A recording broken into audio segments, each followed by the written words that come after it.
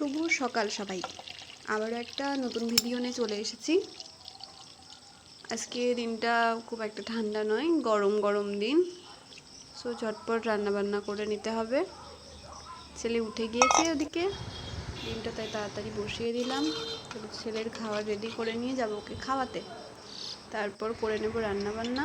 দেখতে পাচ্ছ আজকে মাছ আছে, একটু বড় মাছ হলে আমি কেটেই রান্না করি, আমার এত বড় বড় মাছ একদম ভালো লাগে না।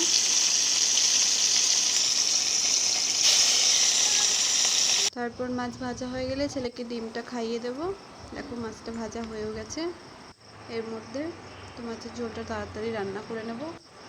এই মাছের ঝোল একদম হালকা করে করব, কারণ আজকের দিনটা বেশ গরম।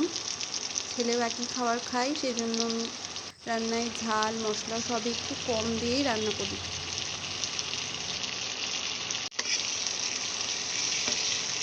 দেখতে পাচ্ছি দিয়ে দিয়েছি পেঁয়াজ আর টমেটো। একটু ভাজা হলে এতে মশলা, হলুদ, লঙ্কা গুঁড়ো একদম কম, একটু জিরে গুঁড়ো, লবণ আর আদা রসুন বাটা দিয়ে ভালো করে যতক্ষণ না তেল ছাড়ছে ততক্ষণ একটু কষিয়ে নেব।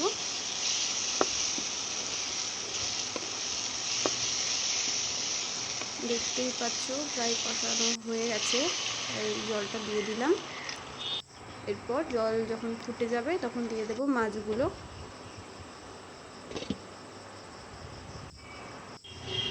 দেখো মাছগুলো দিয়ে দিলাম, ঝোলটা হয়ে যাবে এবার।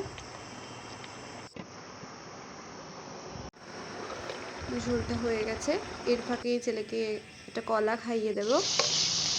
নেক্সট রান্না করবো আর ঝিঙে আলুর ঝাল। তো তেলে অল্প পেঁয়াজ আর লঙ্কা দিয়ে এটাকে একটু ভেজে নিয়েছি, সঙ্গে একটু কালো জিরে দিয়েছিলাম।